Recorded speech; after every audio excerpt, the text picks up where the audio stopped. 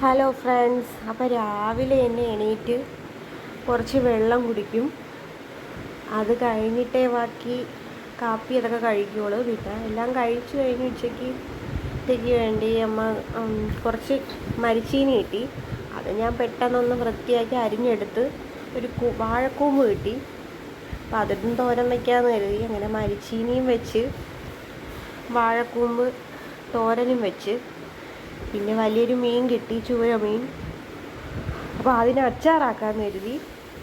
അപ്പോൾ ചെറിയ കഷ്ണങ്ങളാക്കി വെച്ച് അത് വറുത്തെടുത്ത് കുറച്ച് വെളുത്തുള്ളിയും കടുകൊക്കെ ഇട്ട് പൊട്ടിച്ച് നമ്മളെ നാരങ്ങയും കൂടെ പിഴിഞ്ഞ് ഒഴിക്കും അതിലേക്ക്.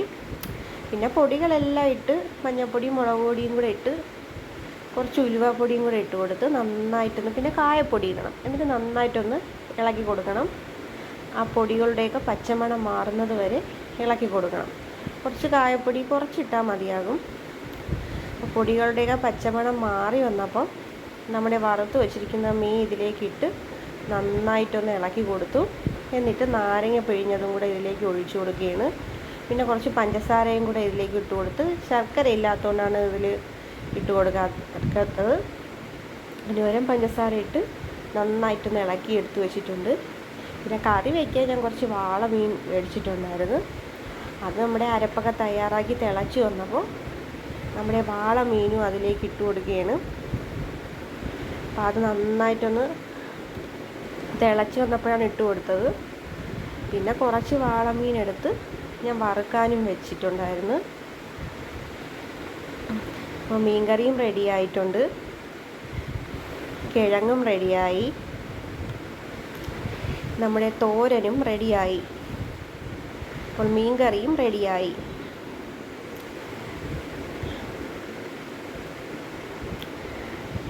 അത് കഴിഞ്ഞ് പെട്ടെന്ന് തന്നെ ഹോസ്പിറ്റലിൽ പോയി. സബൈൻ ഹോസ്പിറ്റലിലേക്കാണ് പോയത്. അപ്പോൾ ചെക്കപ്പ് ഉണ്ടായിരുന്നു.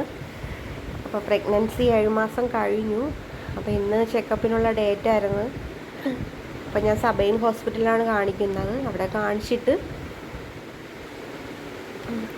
ഡോക്ടറെയൊക്കെ കണ്ട് മരുന്നൊക്കെ മേടിച്ച് ഇറങ്ങി. അപ്പോൾ വെഞ്ഞാറമൂട് എത്തിയപ്പോൾ നല്ല ബ്ലോക്കായിരുന്നു. നല്ല ബ്ലോക്കല്ല, അവിടെ പണി നടക്കുകയാണ്. ഫ്ലൈ ഓവർ കെട്ടിയിരുന്നു. അപ്പം അവിടെ എത്തിയപ്പം ജംഗ്ഷൻ എത്തിയപ്പോൾ ഒന്ന് സ്ലോ ആയി വന്നു.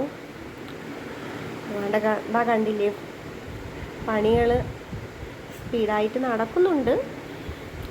അപ്പോൾ എല്ലാം റോഡ് ബ്ലോക്ക് ചെയ്ത് വെച്ചേക്കാണ്. പോകുന്ന വഴിയോരക്കടയിൽ കയറി. വൈകിട്ടായി.